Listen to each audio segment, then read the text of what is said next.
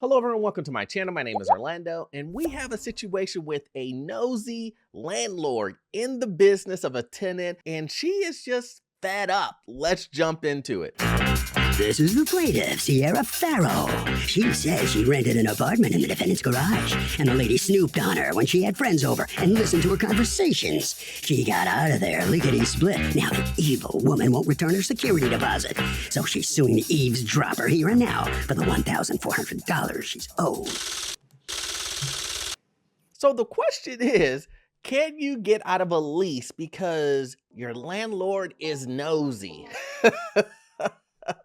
I've heard of a bunch of situations where tenants were like, man, you know, my landlord is always in my business, but not one time has that been a reason or a clause why you can get out of your lease. So I wonder what is going to be her push on trying to get her rent back and everything else. Is it because of the nosy landlord or is it something else? Let's find out. This is the defendant, Daphne Relaford. She says the plaintiff was a horrible tenant who ran the air conditioner full blast with the windows wide open. She also changed the locks without permission. She left early and she's keeping the woman's security deposit for all she's now out. She's accused of terminating a tenant. Now, I don't know why people leading with these ridiculous claims of a landlord leading with this, saying that she left the window up with the air conditioner on. Now, that would tend to make me believe that she was paying the utilities on that, and so it was a cost to the landlord. But here's how that works. When you sign a lease and utilities are included, as a landlord, you are responsible just for the utilities. You can't control their abilities to keep the utilities down, or they can keep everything on 24/7. That is what is included in the lease, guys. So I don't know why she thinks she can do that other than the last portion of it, which is she left early. Let's see if she has the proof. So you were living in a garage apartment, was it? Yes. All right, in Broward County, Yes. Florida? How long had you been living there? Almost a year. I moved in December. All right, when did the problem start? In August. And what was it that happened? The air conditioner wasn't working when I came home from work. Okay, so this is okay, did you contact her? Yes. And what did I contacted her after the third day because Why I did you figured contact her the first day? because I figured something was going on. She was working on something because she does like the housework herself. So Wait. Did you contact her the first day to say the AC's broken? So that is a little weird, guys. Why didn't she contact the landlord the very first day? But that's kind of her decision, right? Like, I can't blame a tenant. Does it sound weird? Yeah, you're in Florida and it's super hot, and you know, you're not gonna contact a tenant on something that's so critical in a garage. I don't even know how that works.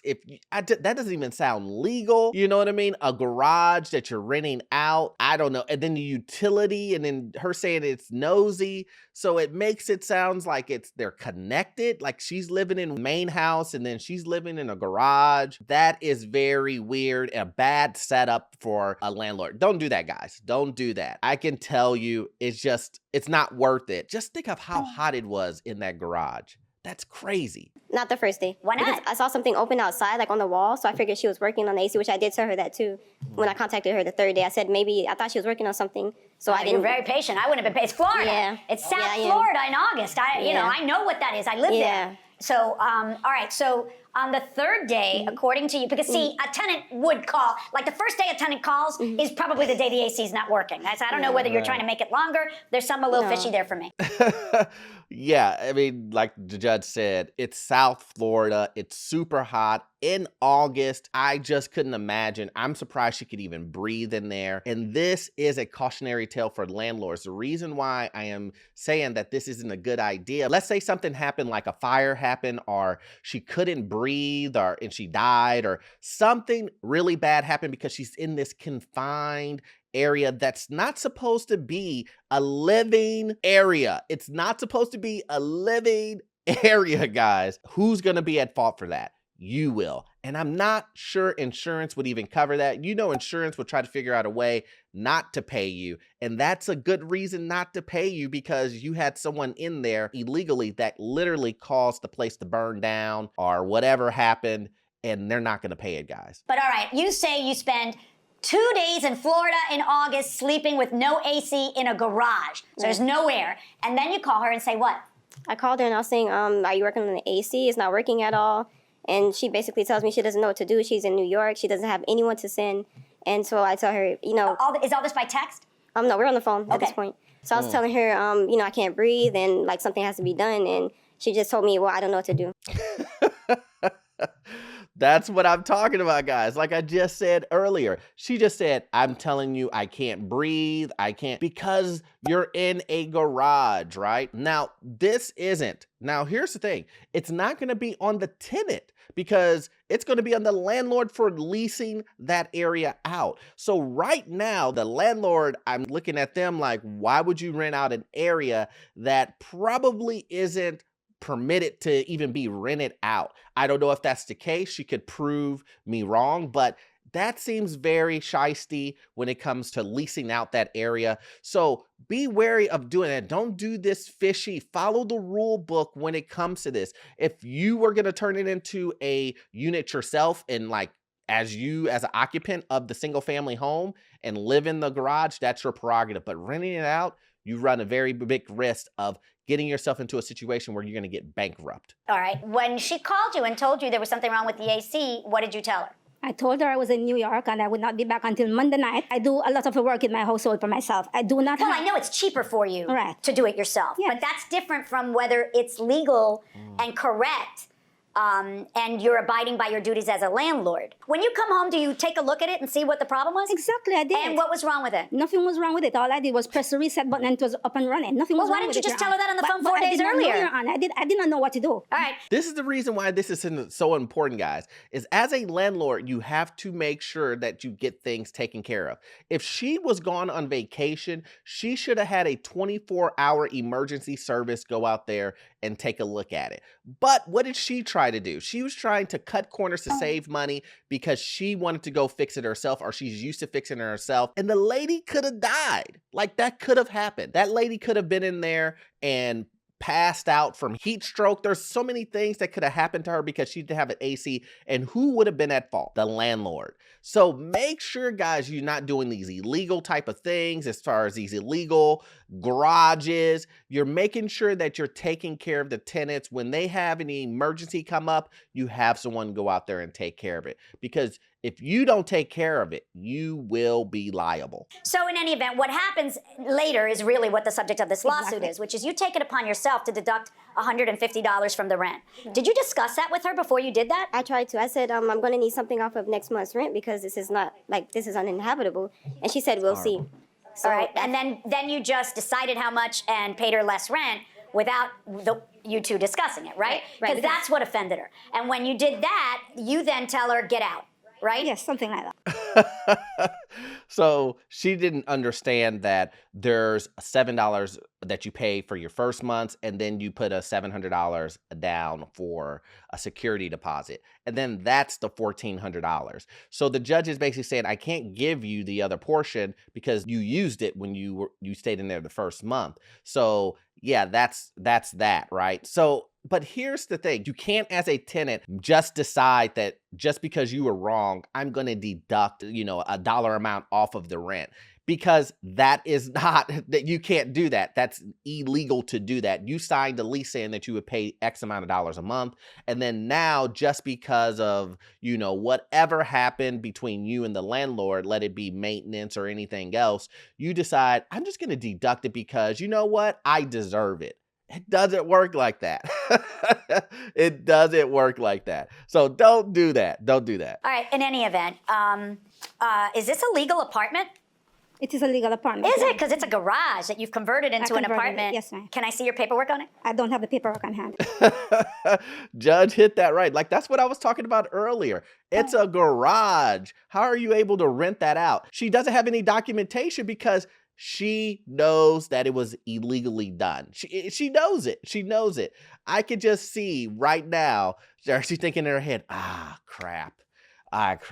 So it's not looking good for her when it comes to renting out an illegal garage or illegal area. You just can't just, portion out your garage and then say, I'm going to turn it into an apartment and start renting it out to landlords, especially if you haven't built it out, changed the zoning and everything else. Not happening. Are you zoned 2-family or 1-family in that It's a house? one-family apartment. It's a It's a one-family what? house. It's a No, one, are you, stop me. one family. Well, then how are you able to rent that out at all, is my question, right? It's kind of on the sly that you're renting it, and yet you're trying to keep money for rent. According to you, she would snoop on you? Right? It's like when I was having a conversation, like when I have company, you would hear the door open like quietly, and then you don't hear anything. I have very good hearing, so if she was moving around, I would hear her. Like you hear the door open like slowly and quietly, and then nothing else. Like usually when So what do you think she was doing, just listening to you? Yeah. So she thinks, she's saying, you know, not only am I staying in this illegal garage, but she's a snooper. She's so nosy. She's telling me to cut down the AC and don't let the smoke build up in the garage. See, this is what I'm talking about. That is dangerous.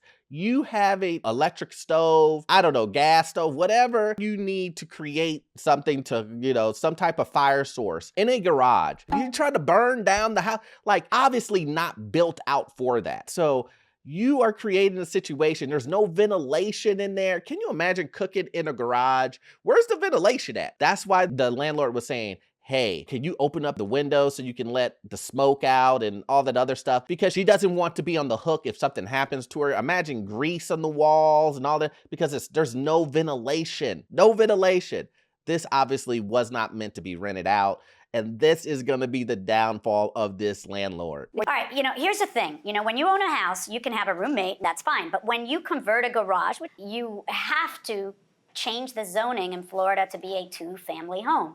You cannot do on the sly convert a garage and collect rent and do it without the proper legal authority. You can't ask a legal authority to let you collect rent, you see? So you're gonna have to give her back the entire $700 because I don't even see how you have a legal right to rent that out. Voila.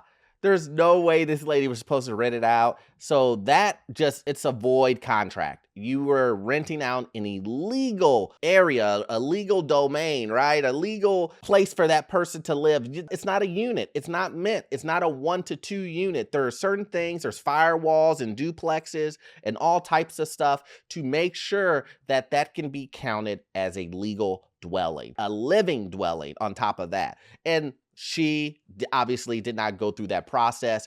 Hence, everything's null and void. Give the lady back her rent. That's the reason why this landlord is going to lose this. But let's finish it up here. Yeah. Can I also say that wasn't the only problem. There's like harassment with my visitors also. Okay, is it enough for you to win? Because you're winning. I just wanted to say that. Verdict for the plaintiff and the amount of the actual security deposit, which is $700. That's my judgment.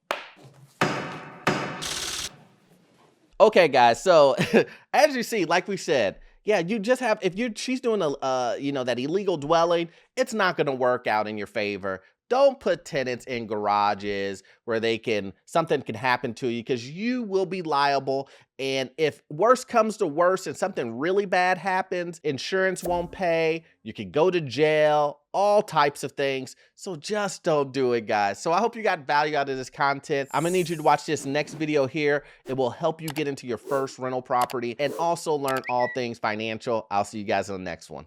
Thanks.